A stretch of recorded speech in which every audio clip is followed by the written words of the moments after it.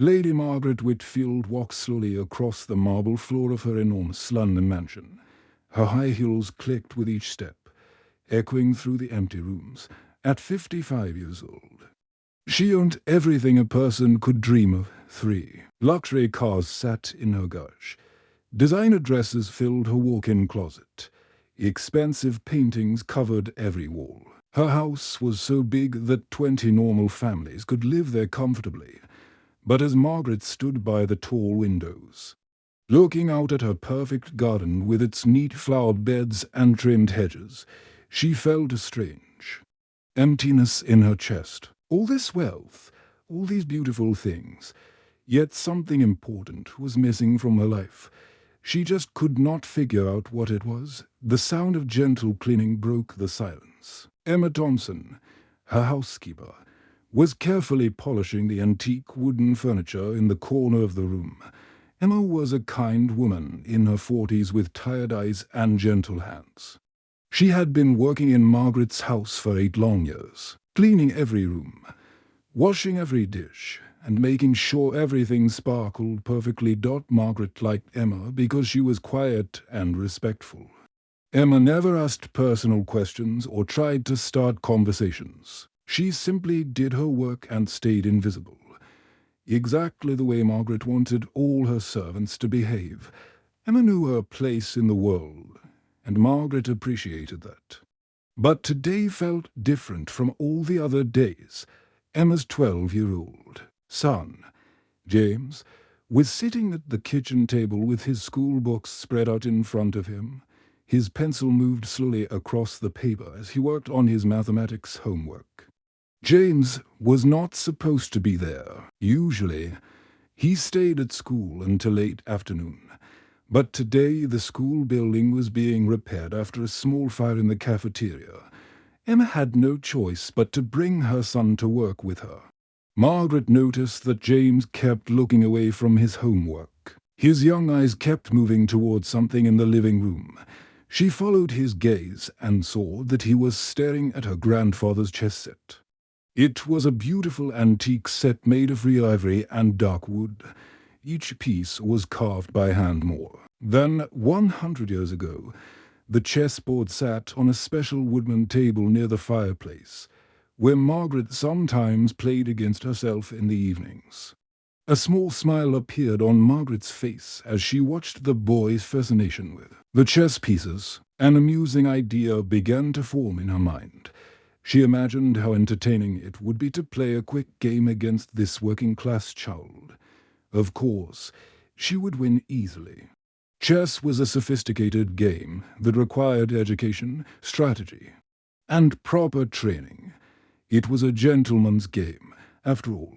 People from her social class understood such things naturally. Margaret could already picture herself telling this funny story to her wealthy friends at the country club next week. They would all laugh about how she had defeated the housekeeper's son in just a few moves. It would be quite the amusing tale to share over expensive wine and gourmet dinner. "Does the child know how to play chess?" Margaret asked Emma, her voice carrying a tone of casual curiosity mixed with slight condescension. Emma immediately looked worried and nervous. Her hands stopped polishing the furniture, and she turned toward her son with concern in her eyes. "I am very sorry, ma'am," Emma said quickly, her voice apologetic. "James, please do not touch anything. Keep your hands on your homework." James looked up from his mathematics problems, his young face showing embarrassment. He had not realized that anyone had noticed him looking at the chess set. He quickly turned his attention back to his schoolwork, trying to become invisible like his mother had taught him to be in rich people's houses. But Margaret was feeling unusually generous today. Perhaps it was the beautiful spring weather outside. Or maybe she was simply bored after a long morning of business phone calls. Whatever the reason, she decided that a quick chess game might provide some entertainment for her afternoon. "No, Emma," Margaret said, waving her hand dismissively. "Let the boy try to play. I do not mind at all.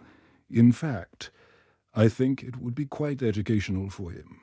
I can teach him a valuable lesson about strategy and proper thinking."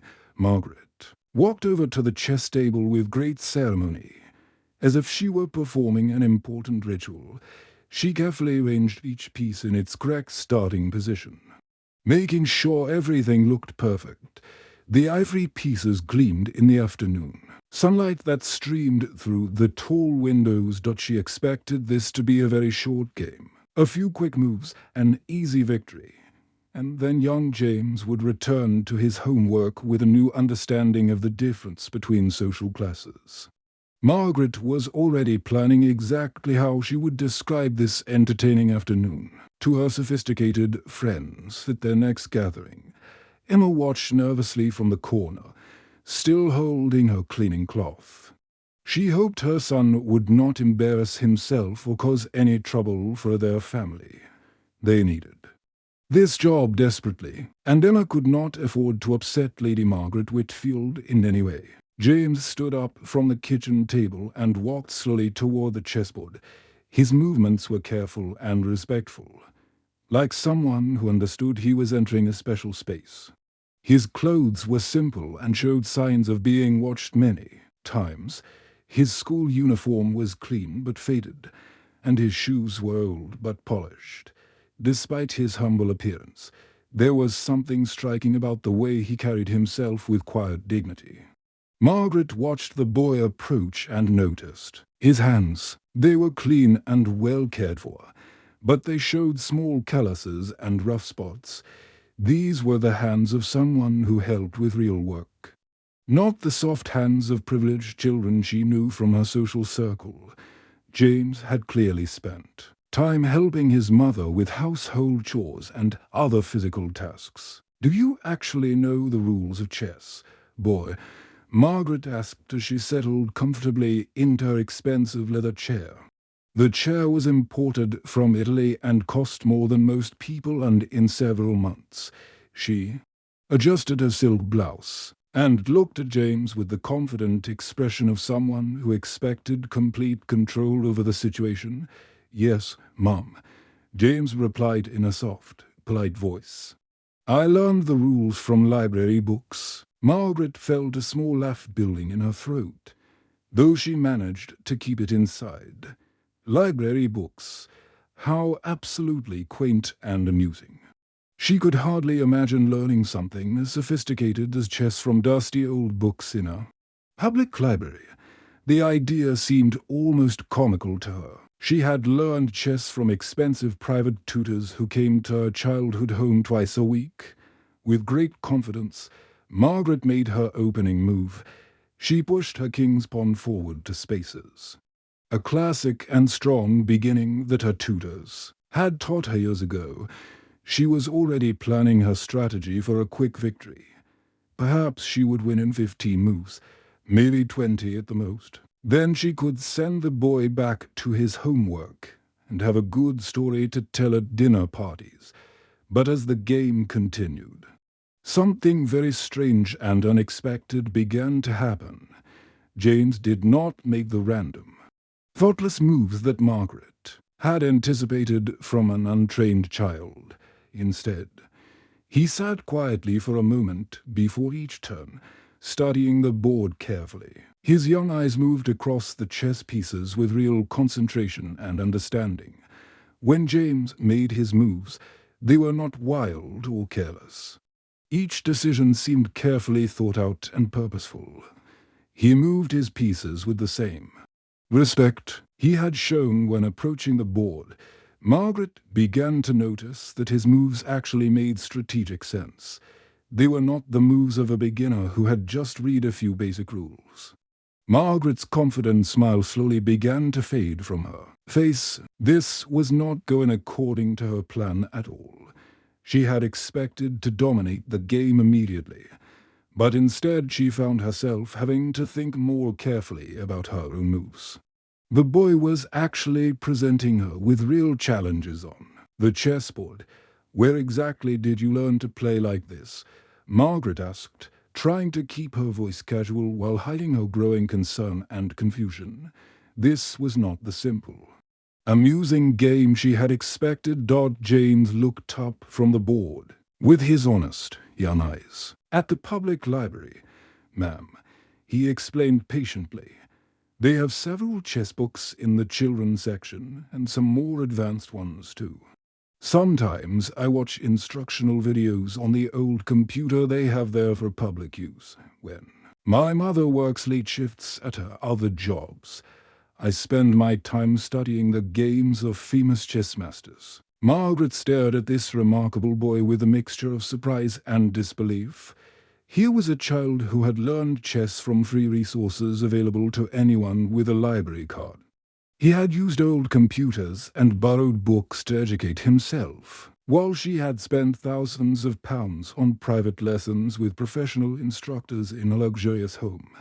Yet somehow, impossibly, his moves were becoming more and more impressive with each turn.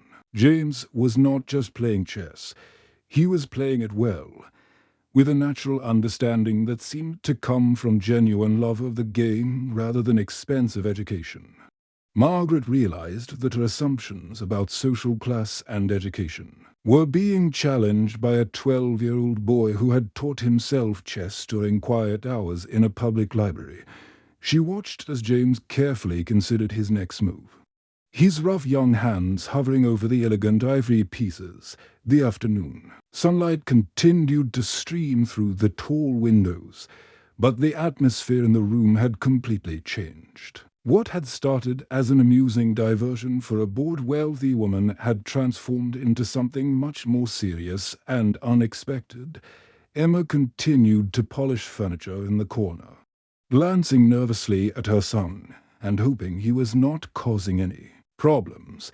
She had no idea that James was actually holding his own against one of the most privileged women in London, using skills he had developed entirely on his own through determination and curiosity.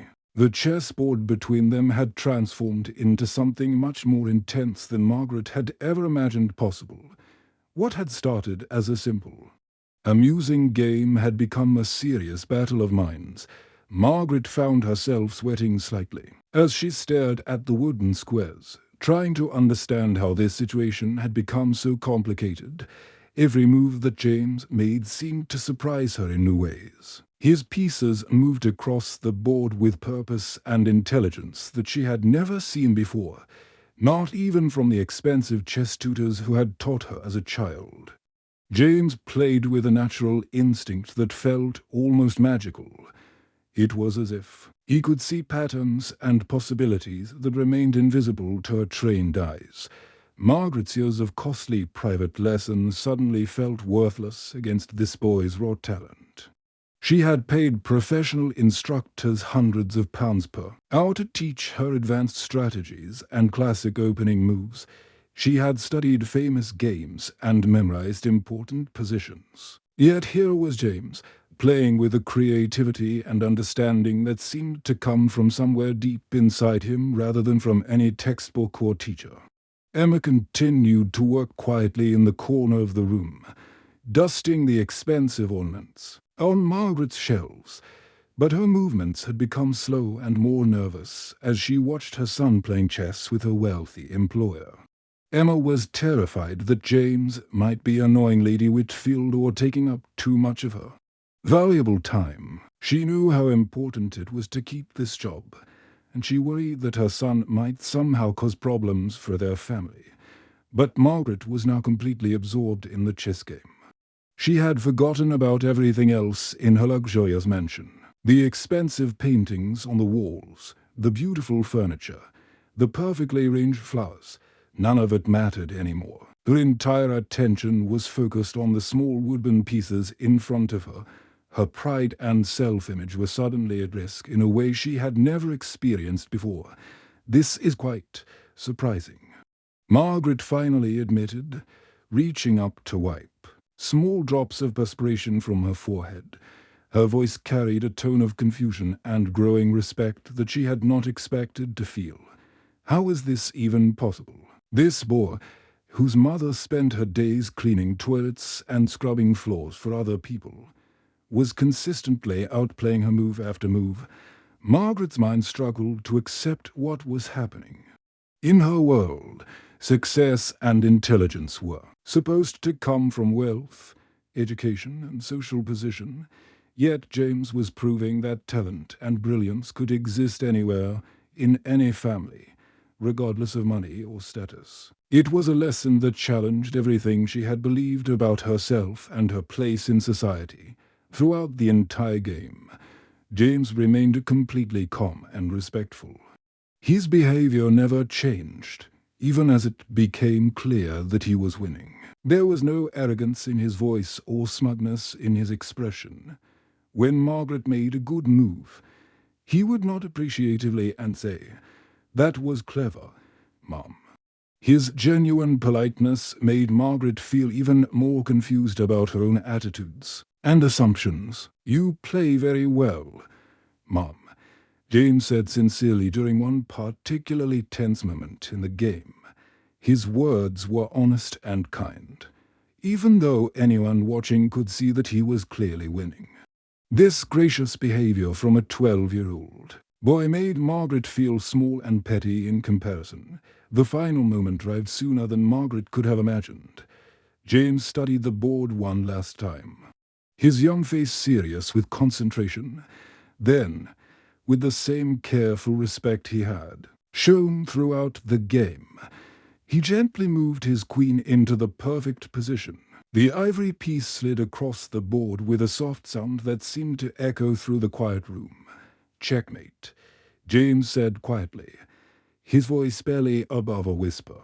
Margaret stared at the chessboard in complete and total shock.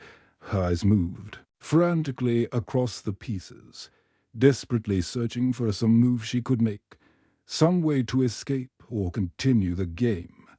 But there was nothing. No possible move could save her king. James had trapped her completely with a combination that she had never seen coming. The silence that followed filled the room like thick, heavy fog. Margaret could hear her own heart beat and the distant sound of traffic from the London streets. Outside, she had been defeated, completely and thoroughly defeated, by a 12-year-old boy who had learned chess from borrowed library books and free internet videos at a public computer. James did not celebrate his victory or act proud of his success. There was no cruel laughter or boastful comments. Instead, he simply looked up at Margaret with his honest young eyes and said, "Thank you for the game, Lady Whitfield. That was really fun." His gracious words hit Margaret harder than any insult could have. This boy had just achieved something remarkable, yet he remained humble and grateful for the opportunity to play. His natural goodness and sportsmanship made Margaret realize how much she had to learn about true character and dignity from Margaret, sitting in her expensive leather chair in her grand London mansion. Nothing would ever be the same again. The chess game had ended, but a much more important journey was just beginning. That night, Margaret lay in her enormous bed staring at the ceiling of her luxurious bedroom.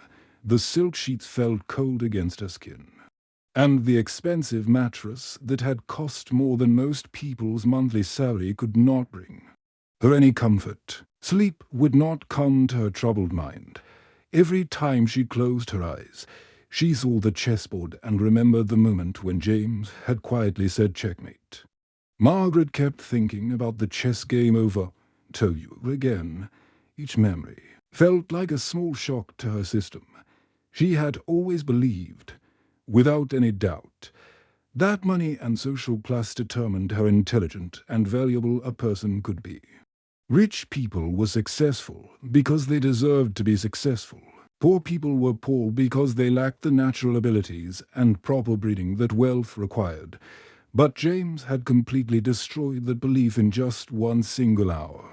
A 12-year-old boy who lived in poverty had defeated her using nothing but his own natural talent and determination, all her expensive education, all her private tutors, all her advantages had meant nothing when faced with his genuine ability.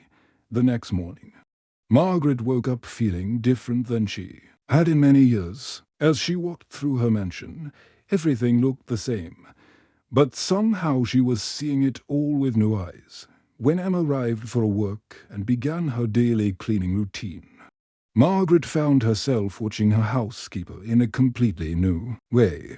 For the first time, Margaret really noticed how Emma worked. She saw the quiet dignity in the way Emma approached each task. Whether she was scrubbing floors or polishing silver, Emma never complained about the long hours or the difficult physical work. She never showed irritation when Margaret made additional requests or changed her mind about how things should be done. Margaret also watched James more carefully. She observed how the boy helped his mother whenever he could. He carried heavy bags of cleaning supplies without being asked. He organized the cleaning materials in neat rows to make his mother's work easier. When Emma looked tired, James would quietly bring her a glass of water or help her reach high shelves. Something inside Margaret's heart began to change as she witnessed these small acts of love and cooperation. She realized that she had been blind to the beautiful relationship between mother and son that existed right in front of her every day. Margaret began to do something she had never done before in all the 8 years that Emma had worked for her. She started asking real questions about their lives. Not the polite, meaningless questions that rich people usually ask their servants, but genuine questions that showed real interest and care. Through these conversations, Margaret learned shocking truths about how Emma and James actually lived. Emma worked 3 different jobs just to pay for James's school books and uniforms. During the day, she cleaned Margaret's house. In the evenings, she worked at a local restaurant washing dishes.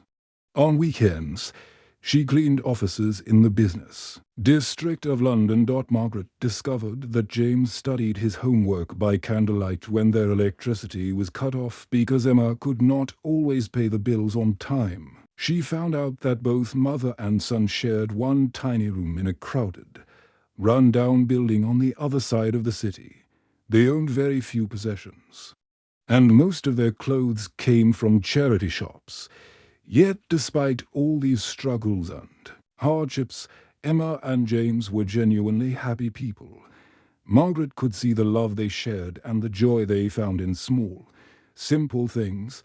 James was not just brilliant at chess, he was kind, respectful, and grateful for every opportunity he received. Emma was not just a good worker, she was wise, patient, and completely devoted to giving her son the best life possible. They had something that Margaret's millions of pounds had never been able to buy for her. They had genuine joy that came from loving each other. They had a clear purpose in life that gave meaning to every day. They had hope for the future that sustained them through difficult times. That evening, Margaret stood alone in her grand entrance hall, looking at her reflection in the golden mirrors that covered the walls. The woman staring back at her looked wealthy and successful, but Margaret now saw something else in those eyes. She saw emptiness and loneliness that all her possessions could not fill. "I have been so blind," Margaret whispered to herself, her voice echoing in the large, empty space. "I have been living in a beautiful cage made of my own prejudices and wrong ideas about people." Margaret realized that she had spent her entire adult life believing that her wealth made her superior to others. She had treated people like Emma as if they were less intelligent, less worthy, and less important than herself. But James had proven that brilliance and goodness could exist anywhere, in any family, regardless of how much money they had. The chess game had become much more than just a simple game between 2 people. It had become a powerful lesson about the true meaning of human worth and intelligence. Margaret understood now that she had much to learn about what really mattered in life. 3 months had passed since that life-changing chess game, and Margaret's enormous London mansion felt completely different than it ever had before. The same expensive furniture still filled the rooms, and the same beautiful paintings still hung on the walls. But something fundamental had changed. The house was no longer a cold, empty palace where Margaret lived alone with her wealth and loneliness. Instead, it had become a warm, welcoming home filled with genuine laughter, friendship, and the joy of learning new things together. Margaret had used her wealth in ways she had never considered before. She had arranged for James to receive proper chess training from a master teacher who came to the house twice a week.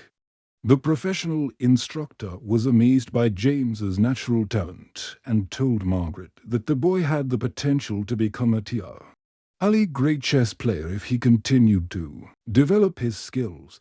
But the chess lessons were only a small part of the changes that had taken place. Much more importantly, Margaret had discovered something she had been missing her entire adult life. She had become a true friend to both James and Emma. This friendship was not based on money or social position, but on genuine care, respect, and affection for each other as human beings.